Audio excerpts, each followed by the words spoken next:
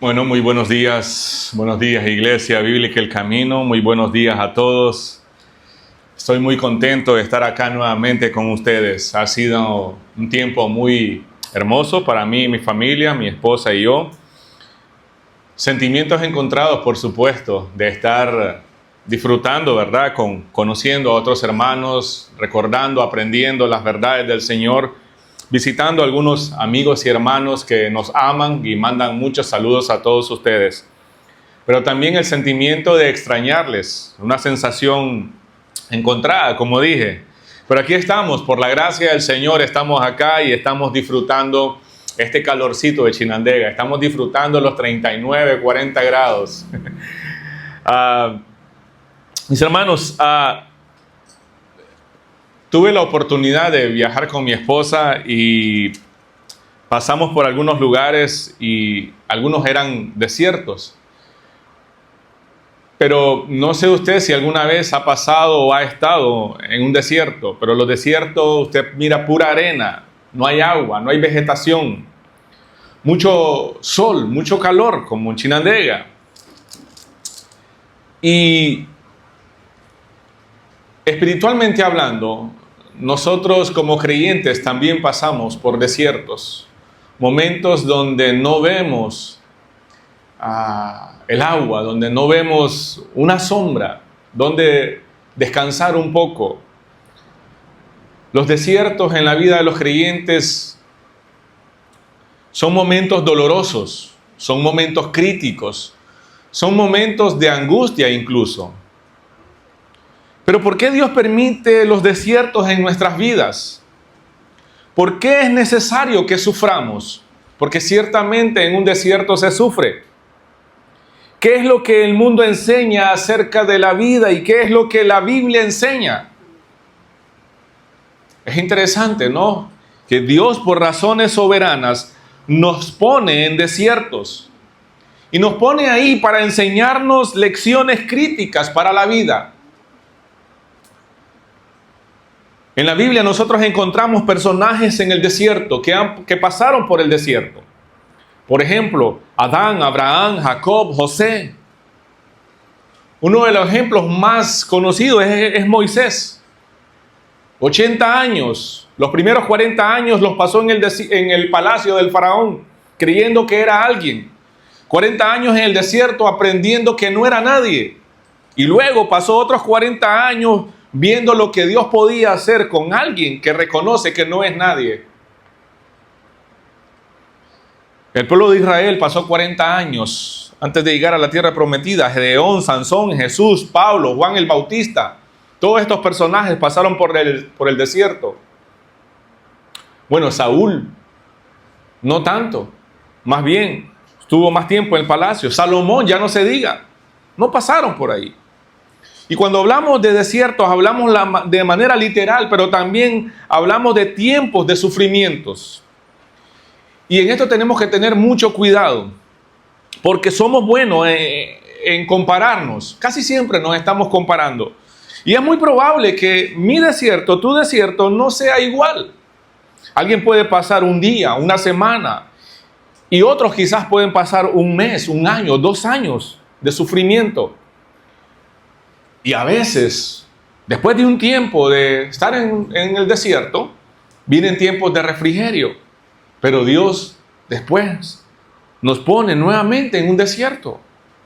¿Pero por qué? ¿Por qué y para qué? La historia del rey David nos enseña mucho de esto, de lo que estoy hablando. Por favor, acompáñenme al primer libro de Samuel, Primera de Samuel, capítulo 21.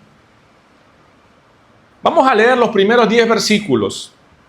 Dice la Nueva Traducción Viviente.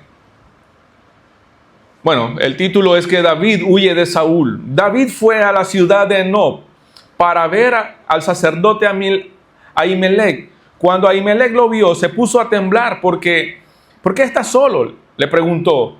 ¿Por qué nadie te acompaña? El rey me envió a un asunto privado, dijo David.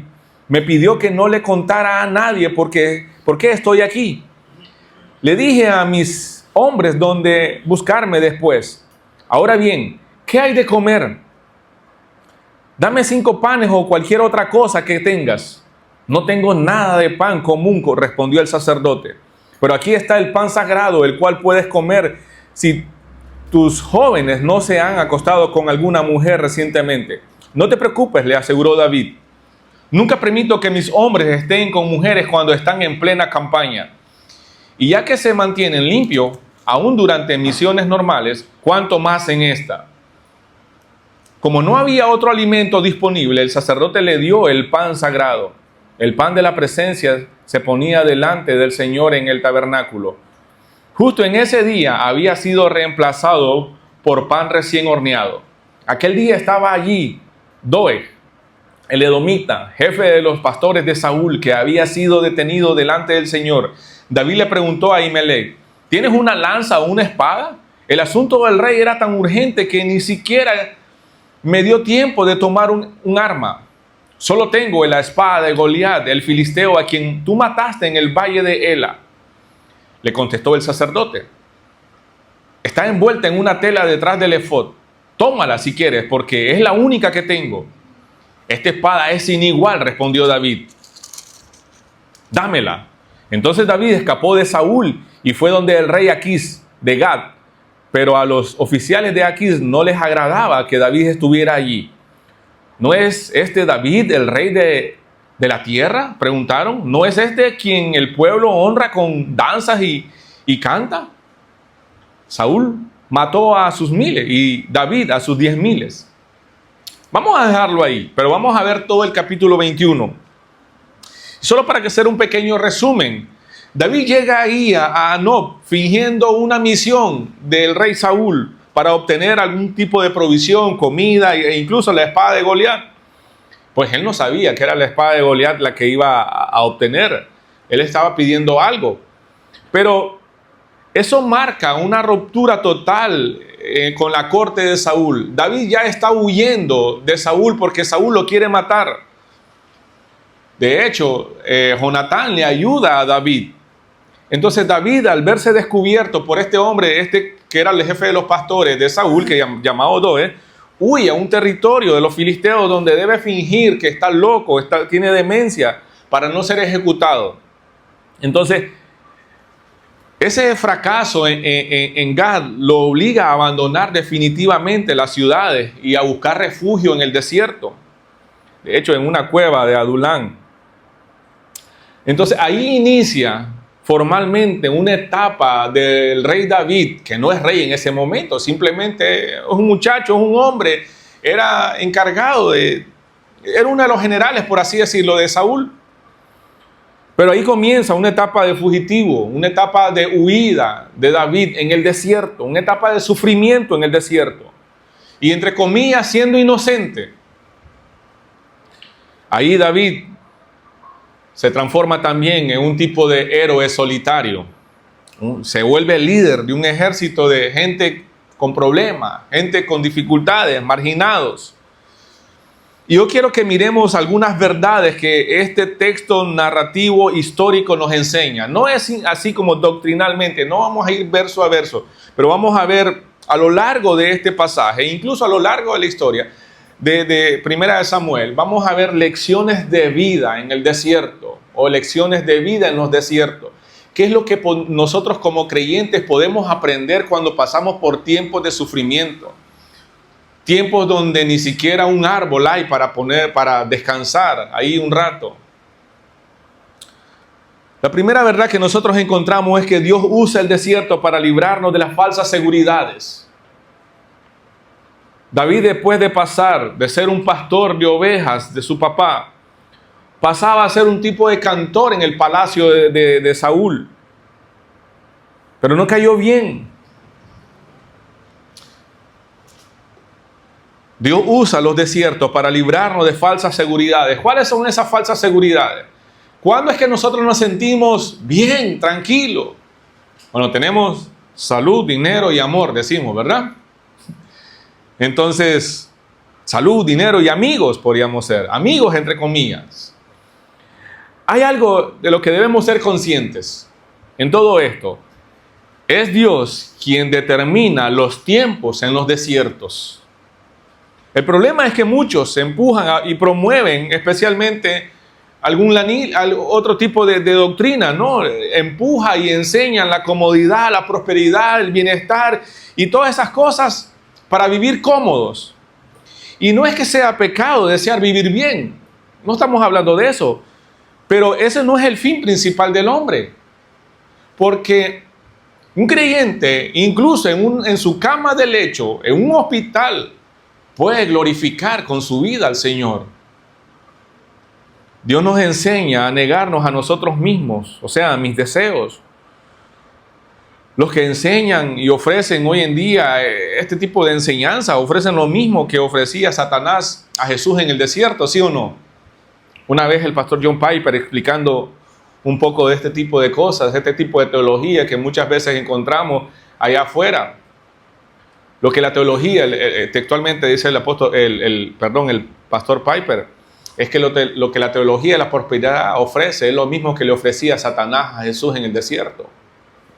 Fama, riquezas, poder, todo eso. Entonces, por un lado está la creencia de que los cristianos no sufren, que los cristianos estamos blindados ante todo tipo de dificultades. Mi esposa y yo venimos de conocer a cristianos de otro lado, de otros países, que también sufren. Sufren, lloran, sangran. No importa dónde estés. Si en China, si en Sudamérica, en Norteamérica, en África, en Centroamérica, no importa dónde sea, si eres un cristiano vas a sufrir. Los desiertos son reales. ¿Qué? Les pregunto, ¿quiénes de ustedes alguna vez, solo como un ejemplo, alguna vez, por lo menos una vez, no estoy diciendo que se sienten ni que vayan corriendo hoy después a buscar el video ni nada, pero ¿quiénes de ustedes alguna vez ha visto un solo combate de la UFC? A ver, 1, 2, 3, ok. En disciplinas todos. Esa la lucha, ¿verdad? Que eso es real, por supuesto. Ahora, ¿quiénes de ustedes han visto la lucha libre mexicana? Menos, ¿verdad? Ok, sé que la mayoría de ustedes en los 90 aún estaban comiendo moguitos, ¿verdad? La lucha libre mexicana agarró su auge en los 90s.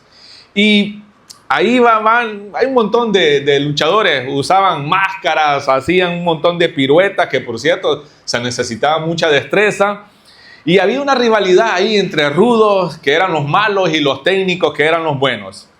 Y entre los más conocidos ahí estaban el enmascarado de plata, el santo, que de santo no tenía nada, Octagón, la Parca, el Rey Misterio, no sé quién. Y le estoy hablando tal vez en chino para ustedes, porque todos ustedes, la mayoría, no habían nacido.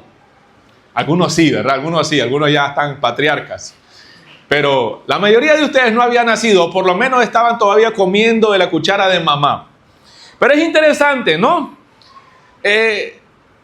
No sé qué es lo que pasaba, pero no se emocionen mucho con esto, porque todo eso, después nos dimos cuenta que era un show, era mentira, era falsa, las peleas eran falsas, eran tramadas, eran practicadas, eran un montón de cosas, pero el show emocionaba,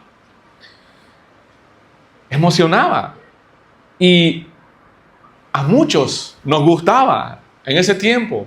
Tenía entre 12 años yo más o menos, me encantaba, porque mis tíos más adultos eran como, ya estaba la hora y ponían el tele, no habían controles, ¿verdad? No habían televisores de control remoto, sino que uno tenía que, el sobrino era el control remoto, encender, ponerlo en tal canal. Entonces, y sí, emocionaba mucho ver las piruetas, las acrobacias que hacían estos luchadores. Y después uno se da cuenta que era falso, era mentira, era un show. Era un show. La vida real no es como la lucha libre mexicana. La vida real es como la UFC. Sí, es la verdad. Es una batalla real. Es una batalla real.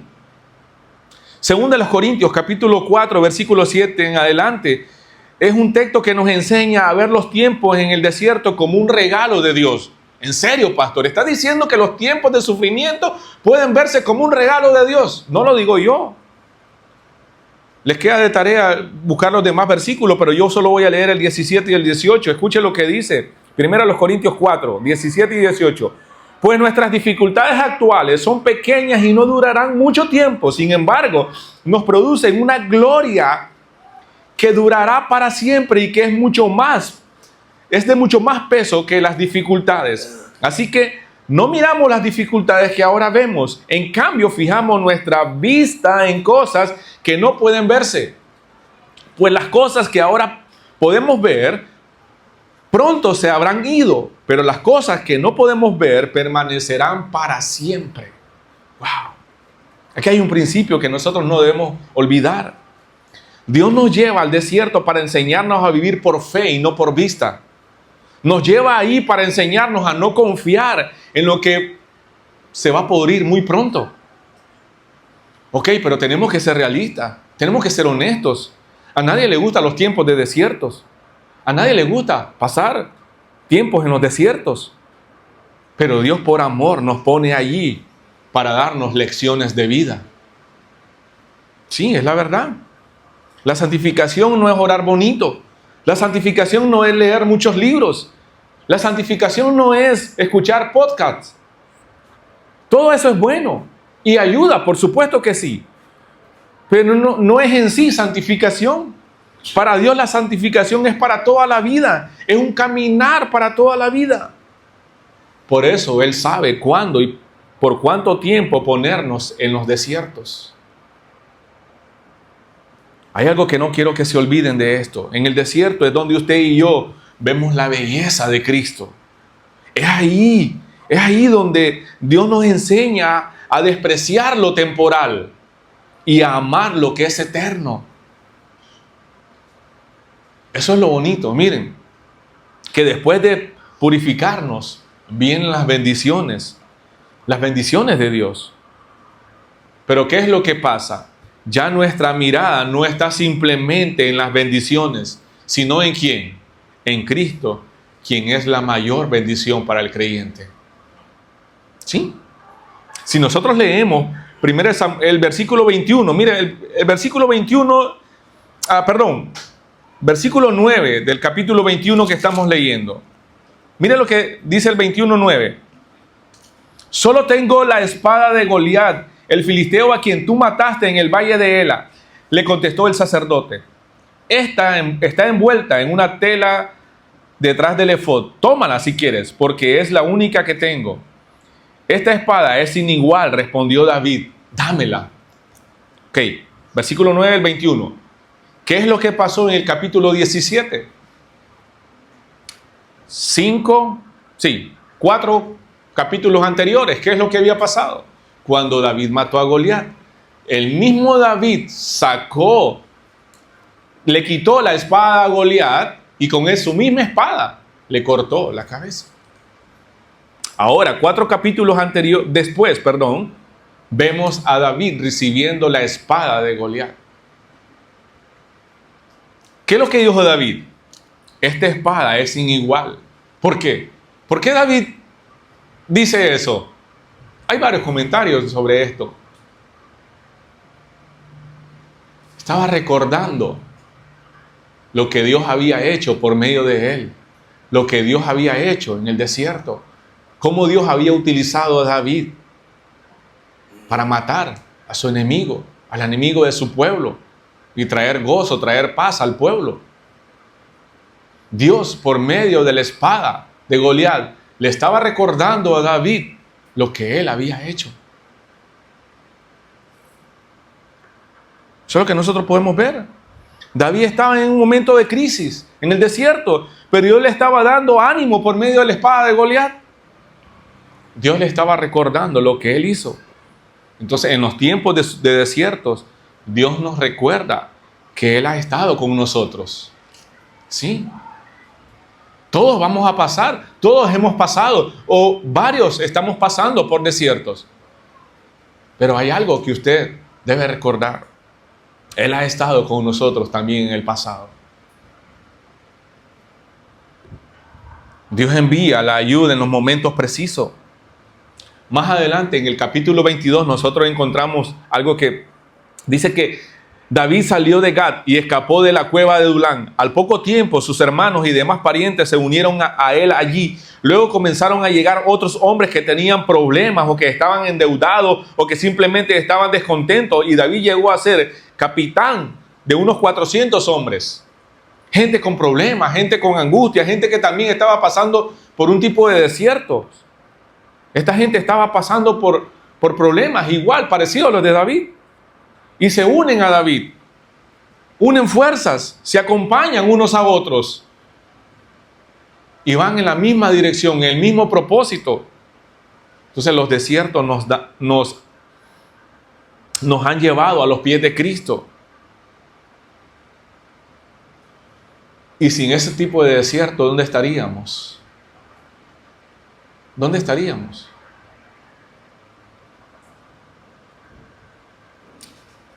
Les hago una pregunta. ¿Los creyentes necesitamos quebrantamiento o solo necesitamos el bautismo del Espíritu Santo? Usted puede responder en su mente. Muchos dicen, bueno, yo hago esto, yo hago lo otro, voy a la iglesia, entonces Dios me merezco lo mejor, Dios me va a dar lo mejor. Pero todo eso es contrario a lo que Dios dice y a lo que Dios hace. Dios nos pone en el desierto para quebrantar nuestro ego, para quebrantar nuestro pecado, para quebrantar tu orgullo o tu terquedad, para ser un hombre o una mujer quebrantado delante de Él. Si algo debemos observar en esto es que el mejor tiempo de David no fue estando en el palacio, no, fue cuando él estuvo en el desierto, porque allí fue donde aprendió a confiar en Dios. ¿Sabe cuál es nuestro problema? Que siempre queremos estar en el palacio. No queremos los desiertos. Siempre queremos estar en el palacio, ¿sí o no? Por supuesto. ¿A quién no le gusta estar cómodo? No estoy siendo insensible. El punto es que por un lado está lo que Dios enseña y por otro lado está mi deseo. Tu deseo, mi deseo. Yo quiero estar en el palacio, yo no quiero estar en un desierto. A ver, dígame, ¿a quién le gusta estar en el desierto? Porque a mí no. Pero Dios sabe que yo necesito el desierto. Dios sabe que usted necesita el desierto. Y Él nos pone ahí entonces. Otro principio que nosotros podemos encontrar, ya está en el capítulo 22, es que tu obediencia a Dios a veces va a costarle la vida a otros. Tu obediencia a Dios a veces le va a costar la vida a otros. En el capítulo 22, versículo 17 en adelante, nosotros vemos cómo Saúl mata a una gran cantidad de sacerdotes del Señor. Por lo menos manda a matar. Y como decimos acá, sin pena, sin asco. Por puro capricho. ¿Qué es lo que pasa ahí? ¿Qué es lo que podemos aprender? Que nuestras familias van a sufrir. Nuestras familias a veces van a sufrir críticas de familiares y de amigos. Mire qué interesante. Saúl sabía quién era un sacerdote.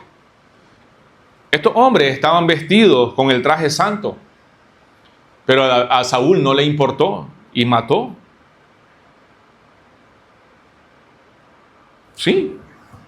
Versículo 17. Miren lo que dice. Y le ordenó a su escolta: maten a estos sacerdotes del Señor. Escuche. Maten a estos sacerdotes del Señor porque son aliados de David y conspiradores con él. Ellos sabían que él huía de mí, pero no me lo dijeron. Pero los hombres de Saúl se negaron a matar a los sacerdotes del Señor. Entonces Saúl le ordenó a Doeg. ¿Saben quién es, verdad? Que él era el jefe de los pastores. En el capítulo anterior aparece este Doeg. Hazlo tú. Así que ese día Doeg, el edomita, los atacó y los mató a 85 sacerdotes en total que aún llevaban puestas sus vestiduras sacerdotales.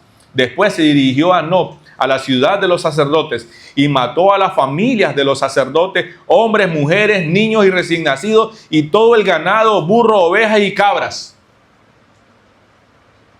Ese tipo de acto es lo que estaba haciendo un hombre con un corazón endurecido, con un corazón empecinado en una posición de rey. Ese es Saúl. Entonces, estos sacerdotes eran del Señor, servían al Señor. Y de cierta forma, por proteger a David, les costó la vida. Por honrar al Señor, les costó la vida. Muchas veces así va a sufrir tu familia. Críticas, insultos de familiares, amigos, entre comillas, solo por ser fiel al Señor. Cuando usted responde al llamado del Señor, tu familia o gente cercana también va a sufrir. A veces vamos a tener familiares en nuestro hogar, familiares quizás no cristianos que llegan un domingo a tu casa y nos comprometen a atenderles en vez de dejarlos en casa o decirle, vamos a la iglesia o me esperas. Pero es algo cultural acá en los nicaragüenses que los familiares lleguen sin avisar, ¿sí o no? Sí, de repente cuando mira están en la puerta. Eso no es correcto. Eso no es correcto. Escuche la siguiente historia que narra el Señor Jesús en Lucas capítulo 9, versículo 57 en adelante. Mientras caminaban, y el encabezado es esto, lo que cuesta seguir a Jesús. Mientras caminaban, alguien le dijo a Jesús, te seguiré a cualquier lugar que vayas. Jesús le respondió, los zorros tienen cuevas donde vivir y los pájaros tienen nidos, pero el Hijo del Hombre no tiene ni siquiera un lugar donde reposar la cabeza. Dijo otro, ven, sígueme. El hombre aceptó, pero le dijo, Señor, deja que primero regrese a casa y entierre a mi padre. Y Jesús le dijo, deja que los muertos espirituales entierren a sus propios muertos. Tu deber es ir y predicar acerca del reino de Dios. La pregunta para nosotros es, ¿estoy preparado para ver a mi familia sufrir a causa de las críticas de tus familiares y amigos? ¿Estás dispuesto? ¿Estás preparado? Tal vez preparado no, pero ¿estás dispuesto? Con tal de seguir al Señor, te puede responderse a sí mismo. Otro principio que nosotros vemos acá, que necesitamos tomar en cuenta en los desiertos es este. El amor duro de Dios es la protección de Dios. Dios usó a los filisteos para proteger a David. Es interesante, ¿no?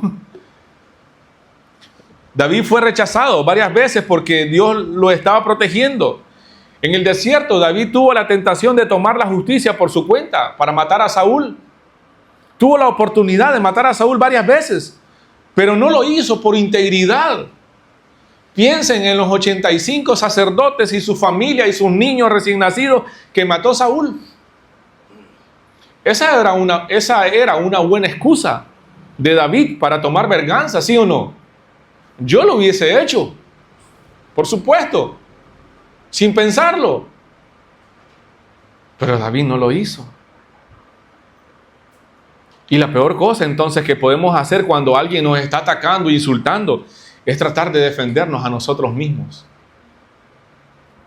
Humanamente hablando, tenemos el derecho de defendernos. Pero escuche bien, el hombre y la mujer de integridad se hace a un lado y da lugar al Señor. ¿Sí? Da lugar al juez perfecto. Él es el juez. Romanos 12:19 dice que nunca tomemos venganza. Nunca debemos tomar venganza. David tuvo un entendimiento correcto de quién era Dios. El profeta Isaías dice de esta manera en el capítulo 55, versículo 8 y 9, mis pensamientos no se parecen en nada a sus pensamientos, dice el Señor, y mis caminos están muy por encima de los que pudieran imaginarse. Pues así como los cielos están más altos que la tierra, así mis caminos están más altos que sus caminos, y mis pensamientos más altos que sus pensamientos. Ya en el segundo libro de Samuel, en el capítulo 16, se describe uno de los momentos más amargos de la vida de David. Su huida de Jerusalén debido a la rebelión de uno de sus hijos. ¿Cómo se llamaba este? Absalón. Y un hombre llamado Simei, un pariente de Saúl, salió al encuentro de David y comenzó a insultarlo, a maldecirlo, a arrojarles piedras, mientras le gritaba un montón de cosas, le decía asesino. Y entonces uno de los generales de David, Abisai, le dijo, se ofreció voluntariamente para cortarle la cabeza a este hombre que estaba insultando a David. Y David respondió con una profunda muestra de humildad, una profunda muestra de sumisión a la voluntad de Dios. David ahí reconoció la soberanía del Señor. Y le queda de tarea leer ese pasaje, 2 de Samuel 16, 5 al 12. Escuchen, mis hermanos, Dios planifica con precisión según la necesidad de tu alma. Dios te pone en el desierto y lo hace para su gloria. Solo quiero parafrasear lo que dijo David cuando este hombre, Simei, comenzó a insultarle. Porque él huía, estaba saliendo voluntariamente de la ciudad porque su hijo Absalón estaba tomando su trono a la fuerza. Y para no haber derramamiento de sangre, David decide salir con sus escoltas. Y cuando este hombre comenzó a insultarlo, y uno de los generales, Abisai, se ofreció, hay que cortarle la cabeza a este hombre, ¿cómo es posible que le esté insultando? No, dijo David, es muy probable que el Señor lo haya enviado. Y si el Señor lo envió, ¿quién soy yo? ¿Quiénes son ustedes para detenerlo? David está reconociendo quién era Dios. Está reconociendo la soberanía de Dios. Dios planifica con precisión según la necesidad de tu alma, de mi alma. Dios te pone en el desierto y lo hace para su gloria. Según mi opinión, yo soy elegido para algo, entonces no tengo que sufrir. Dios dice que si es necesario el sufrimiento, va a ser necesario. Pero no, yo no quiero. Pero Él dice, sí, es necesario. Y como decía el doctor Sproul, el sufrimiento es el megáfono que Dios usa en medio para llamar a un mundo sordo. Lo hace para mostrarnos que solo Él es Dios. Ustedes saben que el llamado pastoral no es fácil. Cualquiera que desee una posición como esa, desea algo honorable. Pero debe tomar en cuenta que van a haber lágrimas, van a haber desiertos, tu familia va a sufrir. No me digan adivino porque no lo soy. Sí o no que se espera cierto tipo de comportamiento de los hijos de un pastor. ¿Por qué? Porque se supone que el hijo del pastor son los hijos del pastor. Pero no, mis hijos son niños comunes y corrientes, como los tuyos, necesitados, pecadores, igual que los suyos. Por eso ustedes tienen el permiso de llamarle, de aconsejarle a ellos. No me voy a enojar si usted un día le llama la atención a mis hijos. No nos vamos a enojar como padres si un día usted trata de corregir a mis hijos. Y espero que usted haga lo mismo cuando yo pueda llamarle la atención a sus hijos. Porque somos una familia.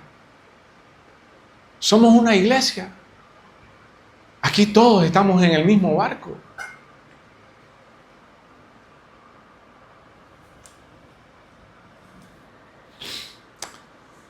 ¿Sabe qué? El poder destruye a los ricos y a los famosos.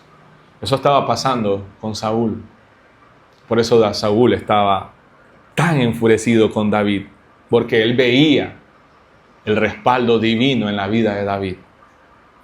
Estamos concluyendo, mis amados hermanos, pero desde la soberanía de Dios el desierto no fue un plan B para David, sino una escuela de formación.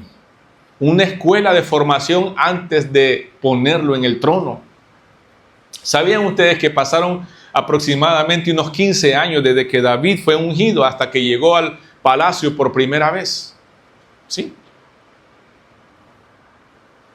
Dios permitió el sufrimiento y el aislamiento para que David aprendiera que su seguridad no dependía de su fuerza militar, ¿sí? Sino que dependía absolutamente de su Señor, de su Dios. En el desierto, el carácter de David fue forjado. Ahí David aprendió a perdonar a sus enemigos. Es algo que nosotros necesitamos hacer también. ¿Cuántas veces le perdonó David? ¿Cuántas veces le perdonó la vida David a Saúl? Muchas veces. Muchas veces. David ahí aprendió a pastorear a hombres difíciles, a gente con problemas. David ahí en el desierto aprendió o encontró su identidad como salmista. David escribió muchos salmos, ¿sabían ustedes? En el desierto David escribió el Salmo 34. Y David miró el desierto como un lugar de liberación. Dice el versículo 18 del Salmo 34, el Señor está cerca de los que tienen quebrantado el corazón y rescata a los de espíritu destrozado. El contexto es que después de fingir ahí locura ante este rey de Gat, ahí está, ustedes pueden buscar en su casa Salmo 34 y van a conocer el contexto. Escribió también el Salmo 57 y ahí David describió el desierto como un lugar de refugio espiritual. Versículo 1 dice, ten misericordia de mí, oh Dios, ten misericordia. En ti busco protección. Me esconderé bajo la sombra de tus alas hasta que haya pasado el peligro. Estaba escondido en una cueva. ¿Sabían ustedes que cuando David escribió este salmo estaba escondido en una cueva?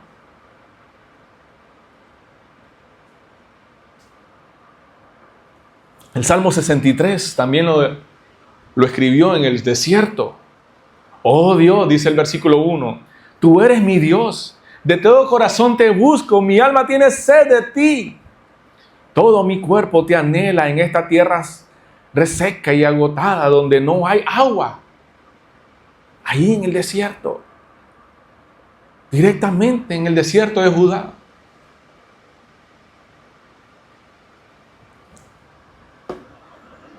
Aún, al día de hoy, aún hay muchas cuevas en este desierto, en unas montañas. Y en una de esas cuevas es muy probable que David se había escondido. Y ahí fue donde escribió el Salmo 63. Para el cristiano el desierto representa esos procesos donde Dios nos quiebra el orgullo, nos quiebra la autosuficiencia, para que la gloria sea atribuida solo a Él. Entonces, mis hermanos, ¿necesitamos o no necesitamos los desiertos? Sí. ¿Nos gustan? No. ¿Los necesitamos? Sí. Dios sabe que sí. Entonces, si estás pasando por un desierto, solo recuerda que el Señor es fiel.